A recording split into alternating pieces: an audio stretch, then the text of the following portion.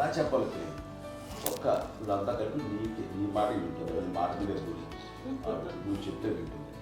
సరే నేను చెప్పాను అంతే, ఏదో నాలుగు ముందు చెప్తే ఎలా ఉన్నారా సరే ఇష్టం రా వేరే మా ఊరికి పర్లేదు మళ్ళీ ఇంటికి వచ్చాక మళ్ళీ ఇంకొక తెప్పించి మిషన్ తెప్పించి మళ్ళీ టెస్ట్ చేయించి అందరూ బాగుంది ఏమి లేదు అన్న తర్వాత అప్పుడు పుస్తకంతో పట్టడం ఏదో ఉంది మమ్మల్ని టెస్ట్ చేయించాలని చెప్పి శ్రద్ధ ఎక్కువ.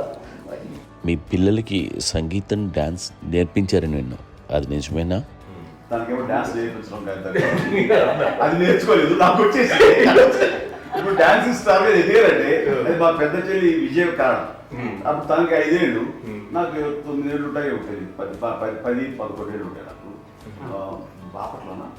సో బాపట్ల చాలా చిన్నది, 5 ఏళ్ళు. నాకు ఒక 11-12 ఏళ్ళు. తను తీసుకుని గోడ మీద పెట్టుకోవడం అలా కూర్చొని చూస్తుండేవాడు. కూర్చుంటే అది నేర్చుకుంటుంది. నేను మానసికంగా నేర్చేసుకున్నాను. ఇప్పటికీ ఆ స్టెప్స్ ఏమిటి వేస్తాను అంతగా ఇప్పుడు దాన్ని తరబడతాయి. ఇంకోటి ఏంటమ్మా నమో నమో ఎన్ని ఉన్నాయో సాంగ్స్ నేను నేర్చేస్తున్నాను అనమాట. 5 పిల్లల్లో ఎవరు ఎక్కువ పని చేసేవాళ్ళు, ఎవరు తక్కువ పని చేసేవాళ్ళు? ఏ పని చేయనండి, చేసేవాడు కదా అని అన్నయ్య చేసేవాడు, అన్ని పనులు అన్నయ్య చేసేవాడు. ఇక మా చిన్న చెల్లి పెద్ద చెల్లి ఎక్కువ చేసేది.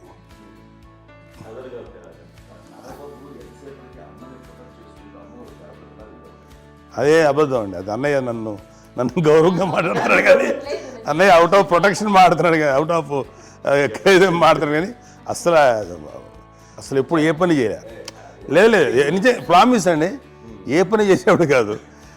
మా ఇద్దరికి మధ్యలో పాపం అన్నయ్య చాలా పని చేసేవాడు. ఎంత పని చేసేవాడు, నేను ఇచ్చిన తర్వాత మళ్ళీ నాకు ఏదైనా చిన్న పని చెప్తే అది కూడా నువ్వే చేయనివ్వండి. ఆ కోపం వచ్చేది, కోపం వచ్చి ఒకడు కొట్టేవాడు, కొడితే కోపం వచ్చేది తప్ప నేను వెళ్ళేవాడిని కాదు. అమ్మకి ఎప్పుడు ఏంటంటే ఒక ఇదే పని చేయడని, అంతే, నిజంగా ఏ పని చేసేవాడిని కాదు. అవునా? లేదు లేదు లేదు మహాప్రేమ.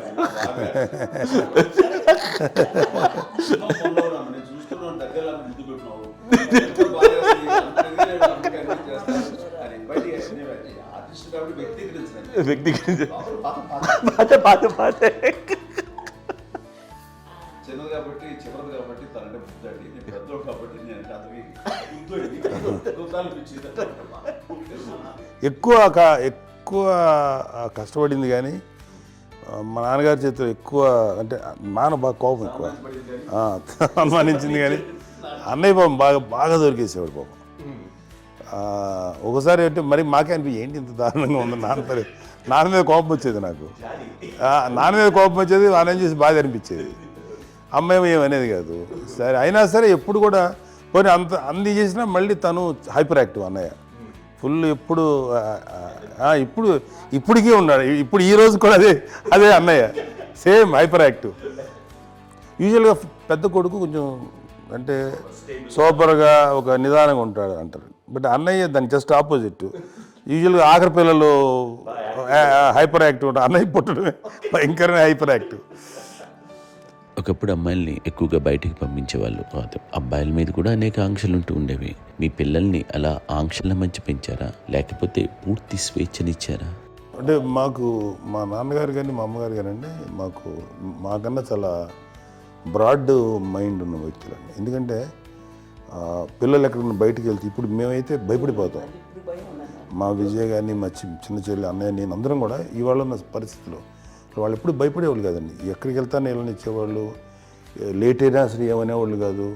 లేకపోతే ఏదైనా మోటార్ బైక్లు వేసుకున్నాం, లేకపోతే కారులో ఎట్లా పడితే ఎట్లయినా సరే ఏమనేవాళ్ళు కాదు. వాళ్ళు తెలియకుండానే మాకు ఒక ఫ్రీడమ్ ఇచ్చారండి.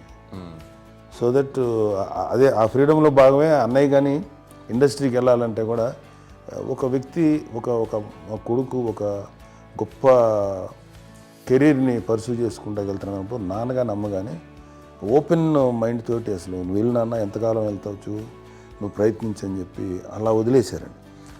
అన్నయ్య కూడా ఏంటంటే మోస్ట్ రెస్పాన్సిబుల్గా వెళ్ళి చాలా మేజర్ అమౌంట్ అన్నయ్యకి కూడా పెద్ద అమ్మకి వందలు ఇచ్చేది కాదు. కరెక్ట్గా ఆ ఇన్స్టిట్యూట్లో చదువుకునేటప్పుడు ఎంత ఇవ్వాలో కరెక్ట్గా ఇచ్చేది. తనకి ఎక్స్ట్రా ఖర్చు పెట్టుకుంటే అంటే అట్లా ఉండేది పరిస్థితి. అంతే కదా, అంత జాగ్రత్తగా అన్నయ్య కూడా అంత రెస్పాన్సిబిలిటీగా రెసిప్రోకేట్ అయ్యి చేసి, అందువల్ల మా అమ్మ నమ్మకం చూడ, మా అమ్మగారిని మా నాన్నగారి నమ్మకాన్ని అన్నయ్య ఎప్పుడు అది వాడు ఇంత నమ్మకానికి 10 times ఇచ్చాడు.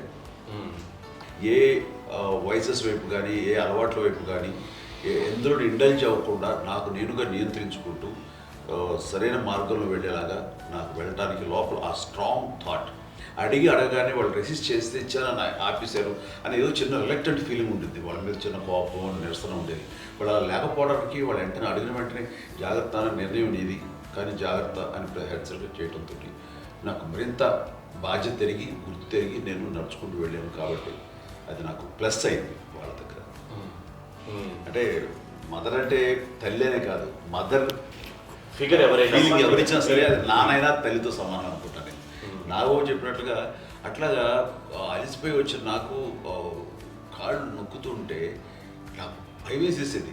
ఆ తర్వాత పడుకో గలవాయించేవాడు, అది కూడా కోపం అంటే ఉదాహరణ అంటే మళ్ళీ అదే నాకు తిడతారు, ఎందుకు కాదు పడుకుని ఎక్కడ నిద్ర వస్తాయండి నాన్న అంటే. సో ఆ రకంగా నాన్న తన ప్రేమ చూపిస్తుంటారు. ఆ తర్వాత గోండా టైప్లో కూడాను నేను ట్రైన్ కింద వెళ్తుంటే నాన్న అక్కడే ఉన్నారు, రాజమండ్రి దగ్గర ప్రాంతంలో.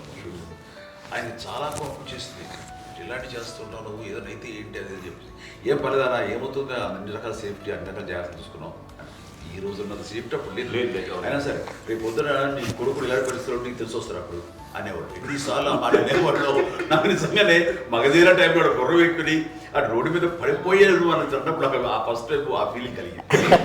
అలాగే పీటర్ హెయిన్స్ అనేవాడు ఫస్ట్ మగధీరలో జంప్ చేస్తారు, మోటార్ బైక్ జంప్ చేసినప్పుడు ట్రైల్లో పీటర్ హెయిన్స్ అంత హైట్ నుంచి 20 feet 25 feet హైట్ నుంచి పడిపోయి మొత్తాన్ని బోన్స్ని ఎరగొట్టుకుని వాడు 7 నెలల పాటు 1 year పాటు హాస్పిటలైజ్డ్. అది వీడైతే ఏమో తలుచుకుని భయం వేసేసేది.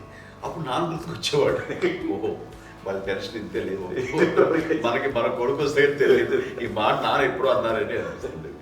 Sweet memories my. అత్త కోడళ్ళ మధ్య అనుబంధం ఎలా ఉంటుంది? సురేఖ్ గారితో మీకున్న అనుబంధం గురించి చెప్తారా? మాకండి కోడలు కాదండి, నా కూతురండి. అంత బాగుంటాం మేమిద్దరం కూడా.